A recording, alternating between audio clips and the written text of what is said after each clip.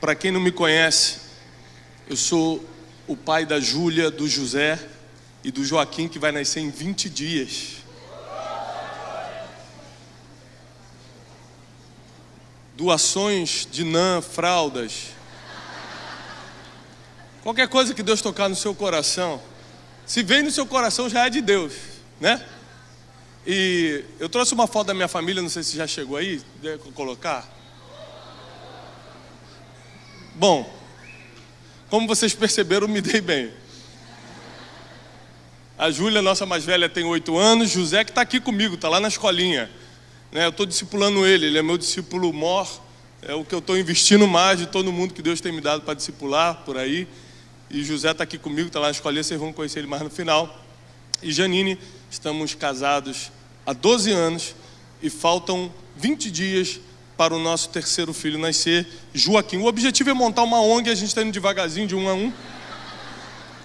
Né? Quem sabe a gente consegue a ajuda do governo, alguma coisa. Abra sua Bíblia, por favor, em Gênesis, capítulo 39. Eu estou muito feliz porque o pastor me deu até meia-noite, eu estou... Ele falou, Tiago, não passa de meia-noite. Eu falei, pastor, pode deixar, eu vou... 11h30, 11h40, eu estou entregando para oração.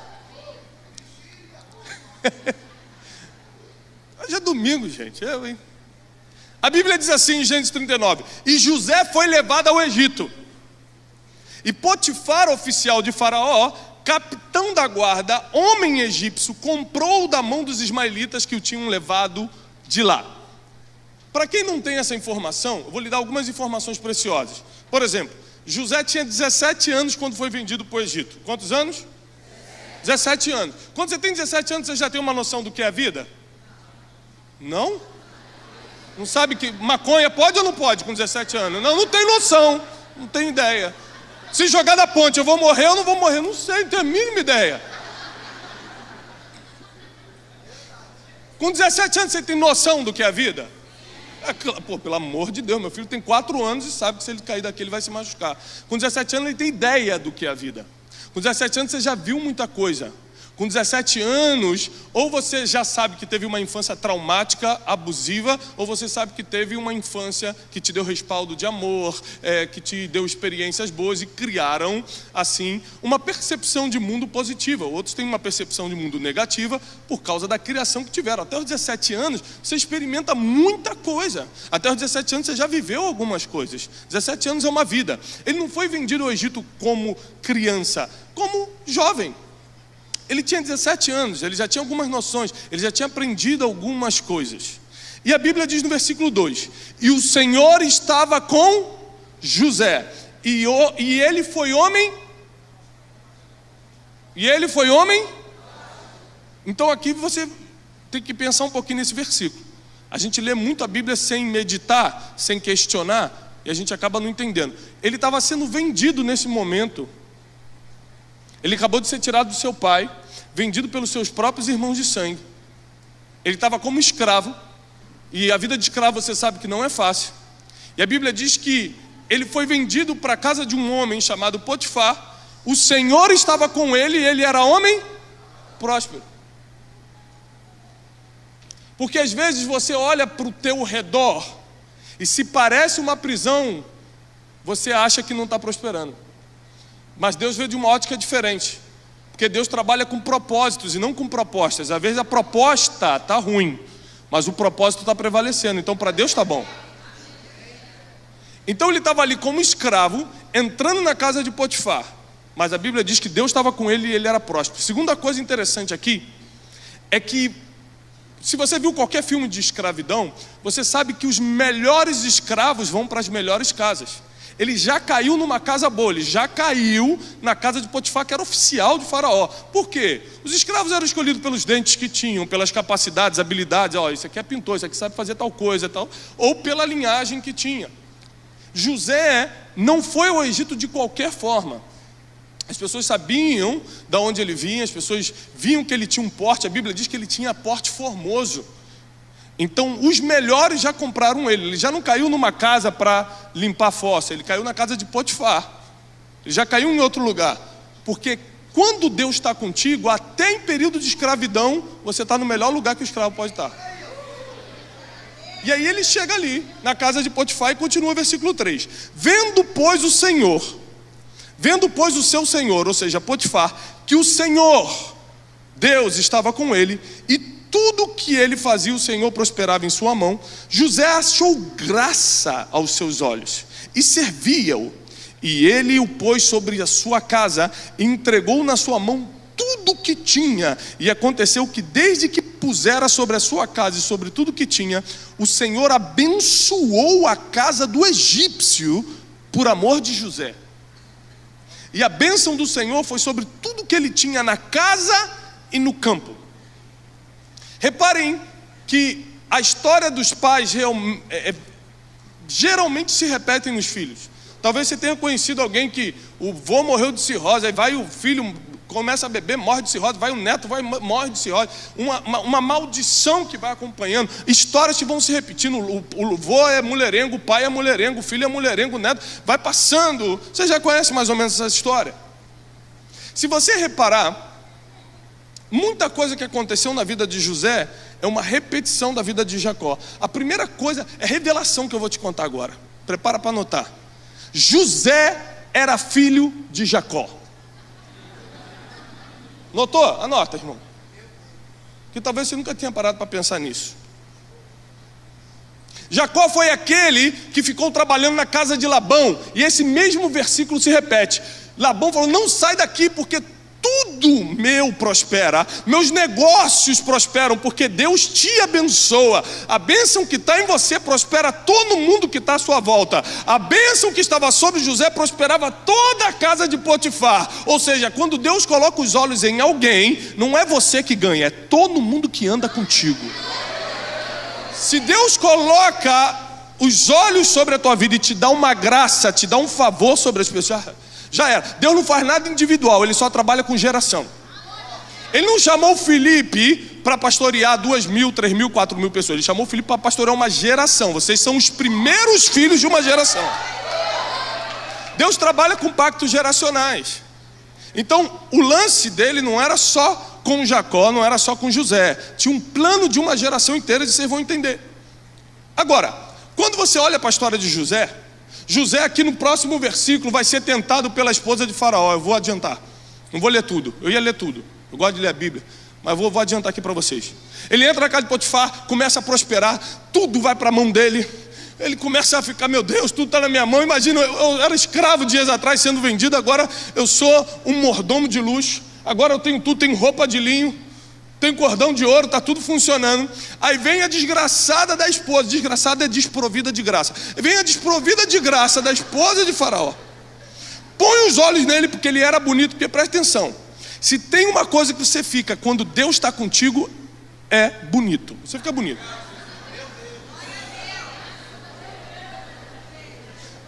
Rapaz, você pode ver, o homem nunca teve uma mulher na vida que quis ficar com ele. Deus começa a usar, vem sem tentação. Você vê aí, ó.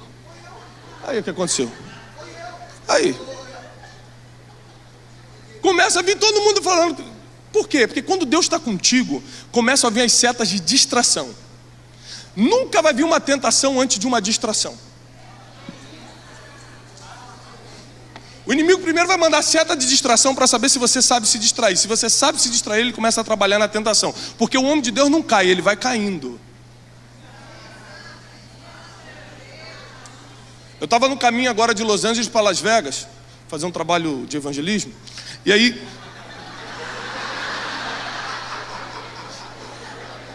bom, voltando aqui, eu fui pregar numa conferência em Las Vegas essa semana. E aí o pastor me mandou uma passagem para Los Angeles. Aí eu só me dei conta que eu teria que ir de carro de Los Angeles para Las Vegas quando eu já estava no aeroporto. Eu estava com um rapaz da minha equipe, alugamos o carro, né? E botamos no Waze, cansado, não sei quantas horas de viagem. Aí deu 4 horas e 50 de Los Angeles até Las Vegas. Era madrugada. Aí eu falei: vamos embora, molinho, vamos embora, isso aí. Eu vou para o Rio agora de carro. Daqui eu prego aqui e vou para o Rio. Então eu falei: estou acostumado, vamos embora. E aí começamos. Pegou meia hora de estrada, a gente viu um Starbucks. Aí, caramba, cafezinho, delícia, vamos. Aí, para. Aí, para Starbucks, toma, meia hora tomando cafezinho, caramba, que legal, tamo, né? Vamos voltar para a estrada? Vamos. Passa 1 hora, a gente passa por uma hamburgueria chamada In-N-Out. Só tem na Califórnia essa, né? Maravilhosa. Aí eu falei, aí o cara, vamos parar? Eu falei, pô, não tô com muita fome. Ele falou, cara, mas só tem na Califórnia. Eu falei, cara, então vamos parar, pô. Só tem aqui, cara, vamos parar, vamos. Não tá nem com fome, mas vamos comer esse troço, pô. A gente precisa postar uma foto que comeu esse troço. Só eu comi, ninguém comeu. Aí paramos, aí para no In-N-Out, pede hambúrguer e vai. Um trajeto que era de 4 horas e 50 no Waze, que não falha. O Waze está quase igual a Deus, não falha, irmão. Aqui no Rio de Janeiro ele tem mandado pessoas, inclusive, para seus destinos finais. Ele trabalha como Deus e como Satanás, de vez em quando.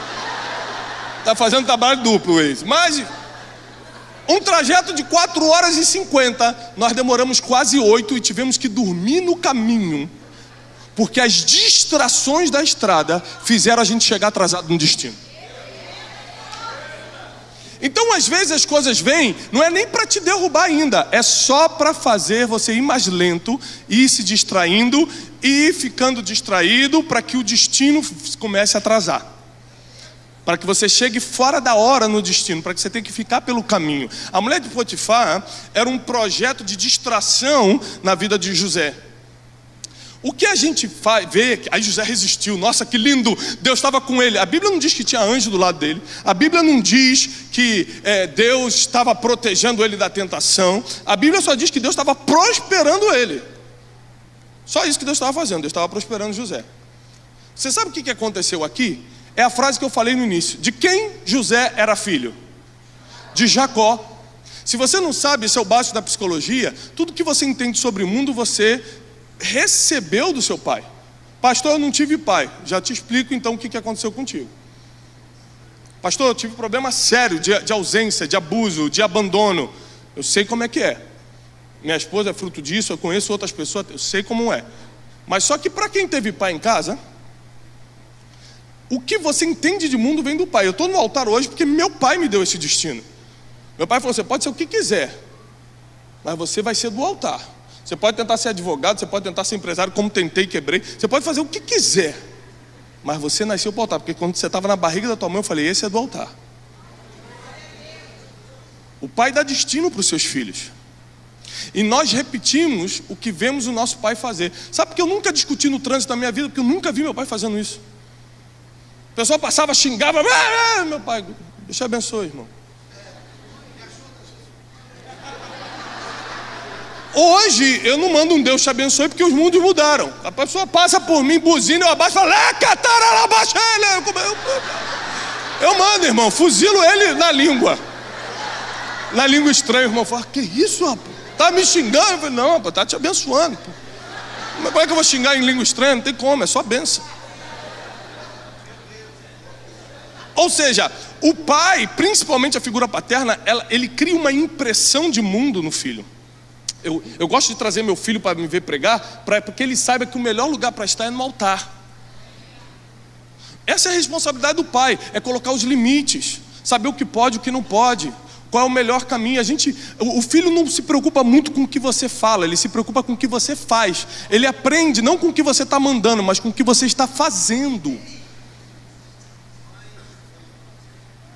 De quem José era filho? A gente vê José vencendo, a gente vê José vencendo as tentações, a gente vê José sentando no governo, e a gente acha que foi um passe de mágica, que Deus tinha um propósito tremendo, eterno. A gente esquece que ele era filho de Jacó. Jacó, o homem que lutou com o anjo e venceu.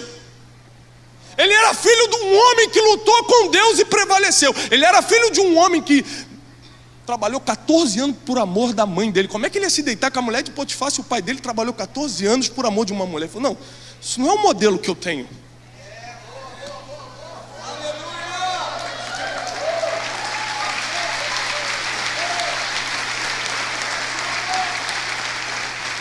Onde é que está na Bíblia que Deus faz uma aliança, um pacto com José para abençoá-lo. Onde é que está na Bíblia que José faz alguma coisa que agrada a Deus e Deus o abençoa? Você não vai encontrar isso. Deus só estava abençoando José por amor à aliança que tinha com seu pai Jacó. Pastor, mas o meu pai não tinha uma aliança com Deus. O pai de Abraão também não tinha, começou a partir dele.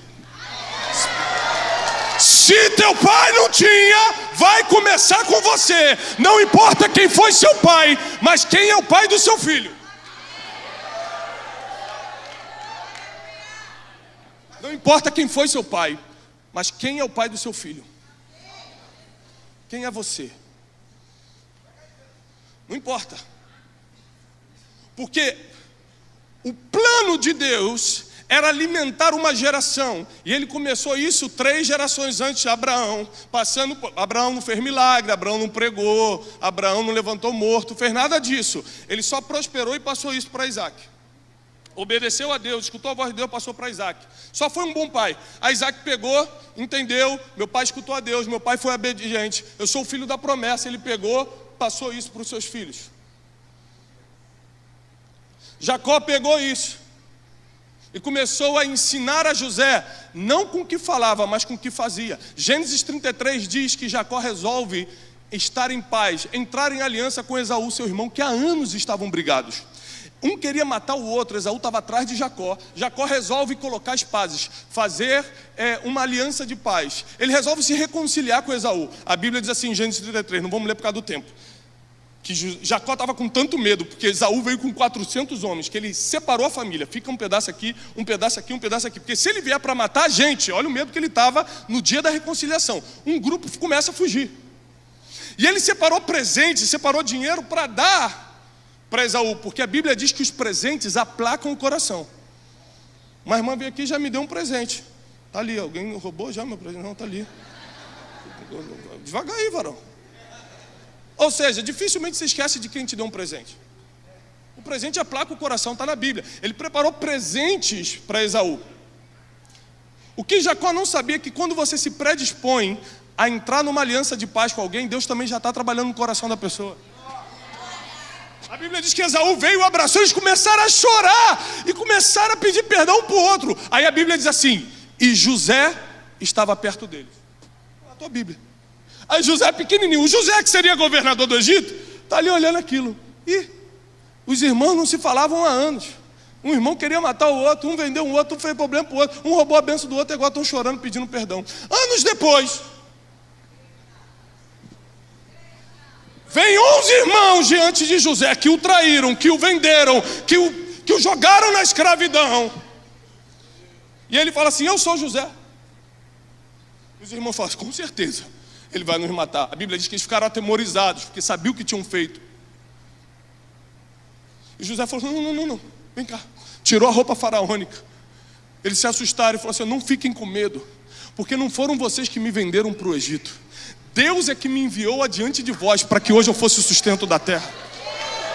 O padrão mental, o que ele tinha visto, não aplaude não, o que ele tinha visto o pai dele fazer anos atrás com Esaú, ele repetiu no comportamento no futuro.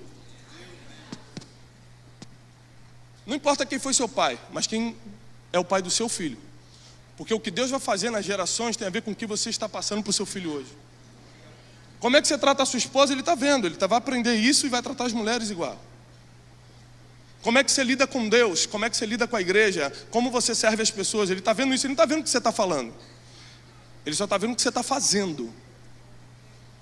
As crianças aprendem comportamento e não voz. E Deus estava preocupado com a próxima geração, sabe por quê? Porque se José caísse aqui com a mulher de Potifar, uma geração ia morrer de fome anos depois. Se Jacó falhasse em educar José, uma geração ia morrer de fome. Porque Deus está preservando teu ministério, Deus está te levantando, porque você e a tua descendência vai alimentar uma geração inteira. Você não vai cair, você não vai ficar no meio do caminho, porque o que Deus está te dando é para alimentar todo mundo. E é por isso que o maior trabalho do inimigo é tirar o pai de casa. Porque se ele tirar o pai de casa, acaba a referência de tudo, de limites, de tudo. Está me acompanhando aqui o Michael, um amigo de infância, que hoje é policial militar. E ele é bem vibrador do choque, entra na favela, não sei o quê. E ele veio me mostrar um documentário que ele está fazendo, que inclusive eu vou colocar no clube de inteligência, o nosso clube. Vou fazer um documentário chamado Paternidade. Ele entra com a câmera, com a GoPro, aborda o bandido, em vez de matar, que é o que todo mundo quer fazer, ele prende o cara e começa a entrevistar. Você mora onde? Eu moro aqui na favela tal. Você mora com quem? Moro com a minha mãe. Cadê o teu pai? 100% das entrevistas, os traficantes respondem: não sei, não conheço, está preso, não me registrou. A intenção do inimigo é só tirar o pai de casa, para que a próxima geração morra de fome. Para que cabe a provisão, a proteção e o destino profético da criança e da geração que vem. Se você vê, botar no dedo, quem é o filho de pastor famoso que fez um trabalho maior do que o pai? Difícil encontrar, porque a gente está morrendo na gente mesmo, a gente não está preparando a próxima geração. Pastor Felipe pregou hoje aqui no primeiro culto, que teve a igreja de Atos que começou e a igreja de Atos que foi para fora. Nós somos a geração que estamos vindo para fora, mas a gente também está vindo de uma geração que trabalhou tanto dentro que está difícil ir para fora agora. E quando você não tem pai natural, Deus, Ele é tão misericordioso que Ele vai colocar pessoas no teu caminho para te ensinar o que um pai natural te ensinaria. Vai botar mentores, pastores. É por isso que o inimigo tenta corromper os pastores, para justamente ferir a imagem de pai. Fala assim: pô, meu pai me abandonou e agora esse pastor fez isso comigo. Aí pronto. Olha como é que a estratégia é minuciosa. Mas José era filho de Jacó, um dos grandes empreendedores. As pessoas não entendem como é que com 30 anos ele estava administrando o Egito. Ele era filho de Jacó, que prosperava com 3 ovelhas, fazia virar 300. Jacó, o grande empreendedor. Agora é o seguinte: Jacó era conhecido como traiçoeiro, como dava jeitinho. Jacó era conhecido como enganador. José não era conhecido como isso não, porque os erros do pai não precisam passar para os filhos. Os erros que eu cometi na vida, meu filho jamais vai repetir. O que eu estou passando para ele são palavras proféticas, são bênçãos, são ensinamentos. É isso que eu estou passando para ele. Quando eles vão dormir, eu boto a mão na cabeça deles e eu profetizo que você vai ser um homem de Deus. Você vai casar com uma mulher de Deus. Você vai ser um homem que vai inspirar uma geração. Eu profetizo sobre a vida deles o que talvez eu não pude receber. Você vai mais longe que o papai, você vai mais rápido que o papai.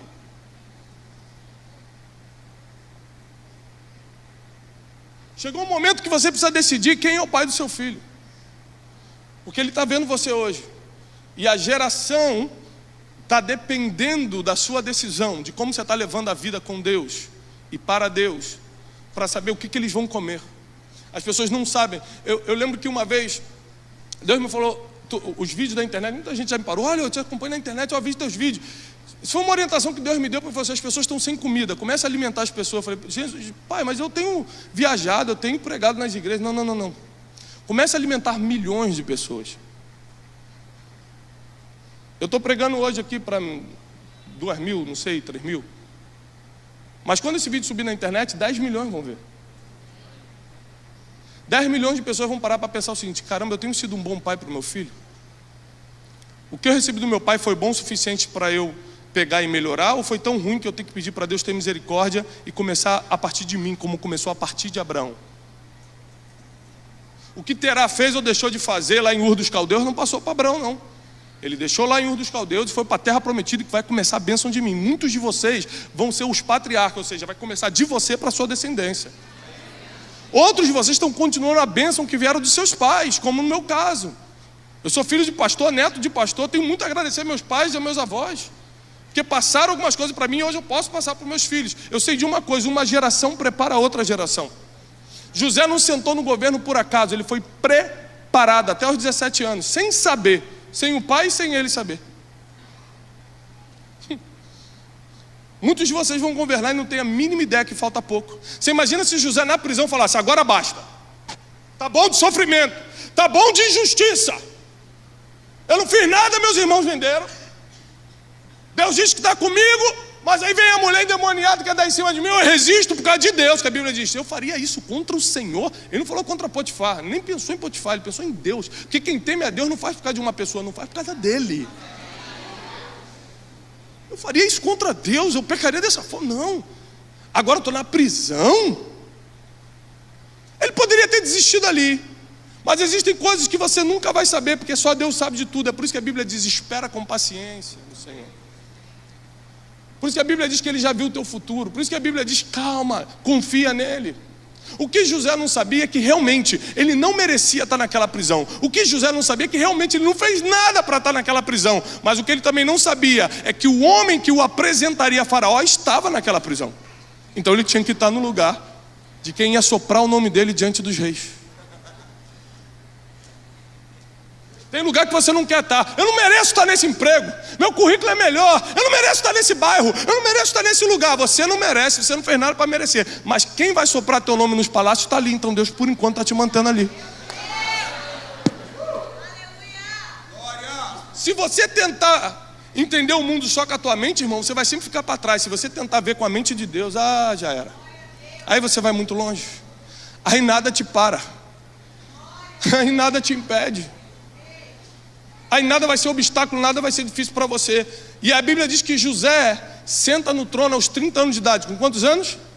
30. A Bíblia diz que ele morre com 110. Ele foi vendido aos 17. 13 anos de processo. E depois, 80 anos de governo. Tem gente que faz o contrário. Sofre 80 anos para aproveitar 10, 12 anos da vida. Mas quem serve a Deus, quem sabe o que está fazendo com seus filhos, quem aprendeu com a geração que passou, passa por um processo rápido para governar por muitos anos. É o que vai acontecer na tua vida, eu profetizo. Teu processo vai ser rápido para você governar por muitos anos. Assim que não importa quem foi seu pai, sim que tipo de pai você vai ser, que tipo de marido você está sendo, que tipo de homem de Deus, de mulher de Deus você é. Não importa o que passou, coloca os teus olhos agora no futuro, porque o que passou não dá para mudar. Agora o futuro você pode construir com as tuas decisões. O teu futuro não é construído com as orações de domingo, é com as decisões de segunda-feira. Aqui você ora, ri, sapateia, chora, cai no poder, mas amanhã que você vai decidir como é que vai ser a tua semana. É na tua rotina, é no teu dia a dia. Que você vai, o que teu pai te ensinou ou não, é o reflexo do teu dia a dia. Autobiografia de Martin Luther King. Quem já leu, parabéns. Quem não leu, corra para ler. Então são 730 páginas, você vai ler rápido. Logo no início tem uma carta que ele manda para o pai dele. É uma das palavras que mais... Eu escuto muito Martin Luther King, mas uma das coisas que mais ficou na minha cabeça foi essa carta. Ele escreve, ele está com 18 anos, ele foi estudar teologia em Boston, ele escreve para o pai dele pela primeira vez. Ele fala: pai, eu estou aqui estudando, está tudo bem, estou me alimentando, estou entendendo as aulas, e eu não faço nada aqui que eu não faria na sua frente.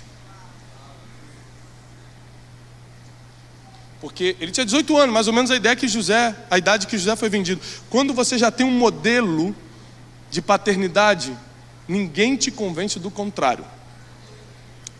Você pode botar a droga que for na minha frente, que eu não vou nem cheirar, nem fumar, nem fazer nada. Por quê? Porque eu já tenho um modelo paternal. Meu pai me ensinou coisas que na adolescência me ofereceram. Eu falei: não, nunca me interessei por essas coisas.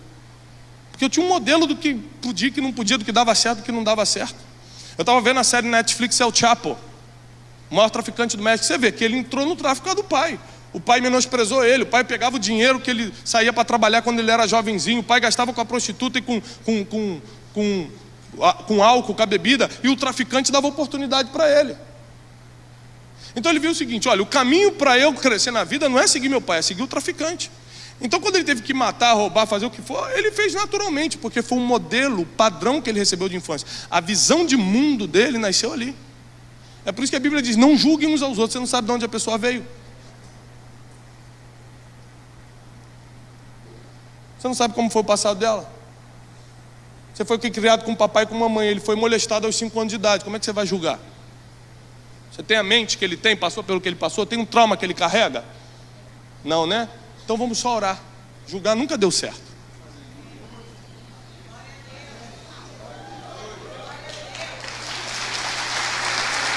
Nunca deu certo. Já vou encerrar aqui agora.